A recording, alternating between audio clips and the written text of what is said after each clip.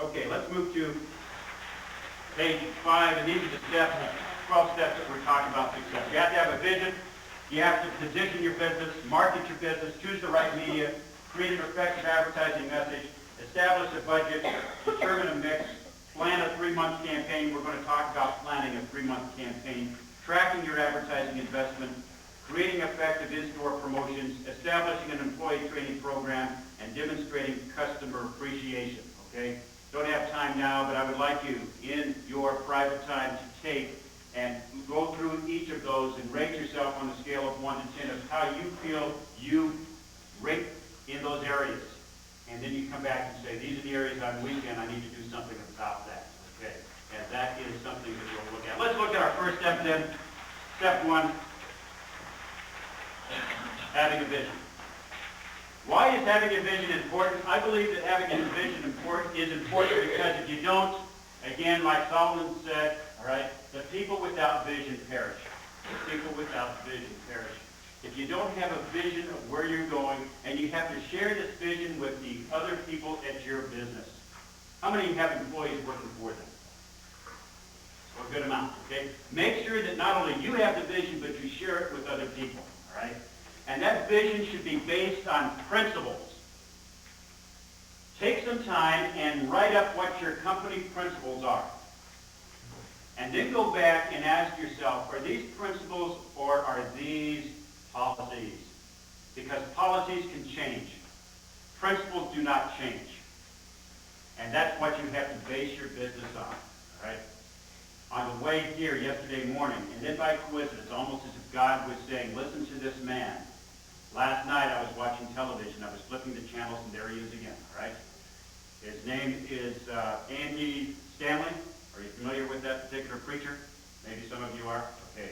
And this man was talking about you have to make sure that your life is based not on policy, but your life is based on principles, and those principles don't change. And I believe that has to be the same case with your business. What are the principles that you have? And it's based on the vision of how you treat people, of how you relate to your customers, of how you relate to your employees. Because I don't care how much advertising that you do. If you do not take care of your customers, if you don't take care of your employees, you're going to be out of business real soon.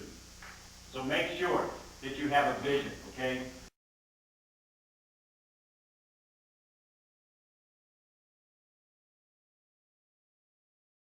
How to gain a vision. I believe that you have to have what is called soap. Every time in the morning when you get up now and you wash yourself, make sure that you wash with soap. Do you wash with soap? Absolutely, okay? The next time you pick up that soap, you're going to look at it, S-O-A-P, soap. And you're going to say, what does soap stand for? And soap stands for a sense of a purpose. Sense of a purpose. In other words, why am I getting myself clean today? Why am I going out to work?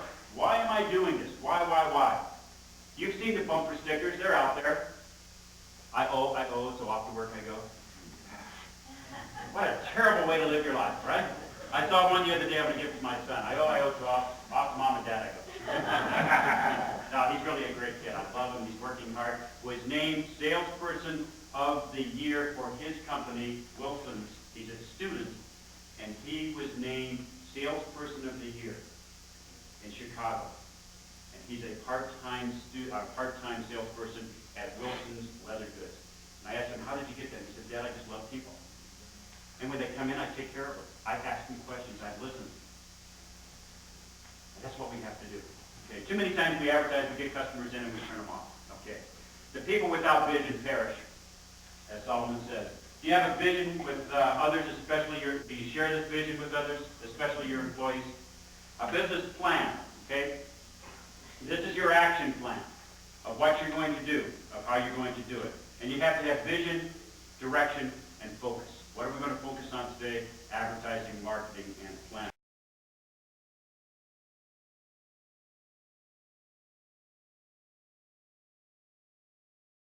Okay, put it on paper. On your next page here, page 7, we won't go through all of these, but it's a 33-point analysis of your action plan. You're able to answer all of these questions. You're able then to direct yourself towards a business plan. So spend some time on your own and figure out a business plan for yourself, because I believe, folks, it's so very important. If you don't have a plan, why advertise? Because you don't know what you're doing. all of those questions are so very important. Spend some time.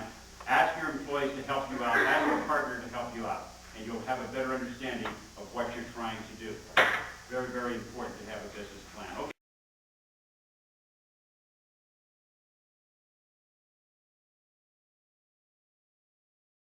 Okay. Page 2, or step 2, positioning your business. What is positioning there on page 8, okay? Positioning is basically how are you separated from all of the other businesses out there. It's trying to create an image of your business in the mind of the consumer. And it might be a correct one, it might not be the correct one, but that's the image that people have, all right? If I were to say, name me a soap, what would you say? Anybody? Stop. Okay? You have an image of soap. Okay? They position themselves so well in your mind that as soon as I say soap, you say Doc. All right? Or if I said TV, what would you say? RCA. Okay? Okay? It's positioned so well in your mind. So what you want to do is that you want to make sure that your name, your company is positioned so well, so as soon as somebody says insurance, and the name of your insurance, Jim, is? IFM. What? I think IFM. IFM. Right? And you do that by continuously getting the word out to people. Continuously. Positioning is so very important because many times it's not who you are, it's what people think you are. Right? You know that. You know that. And what you have to do is to make sure that when you sit down and try to position yourself, you say, what market am I going after? Too often people try to be all things to all people. And they are not successful. Kmart positions themselves after a certain clientele, right? Magnum tries to position themselves over to another segment of the population. Both very successful. Who do you want to position yourself? Because that determines who your market is, right? And therefore you try to go out and you try to say, that's my advertising campaign. I have to follow the campaign that follows my positioning, that follows my market. If I'm a discount furniture store, maybe I'm doing a lot of bursts and half price sales and balloon sales and slash the price.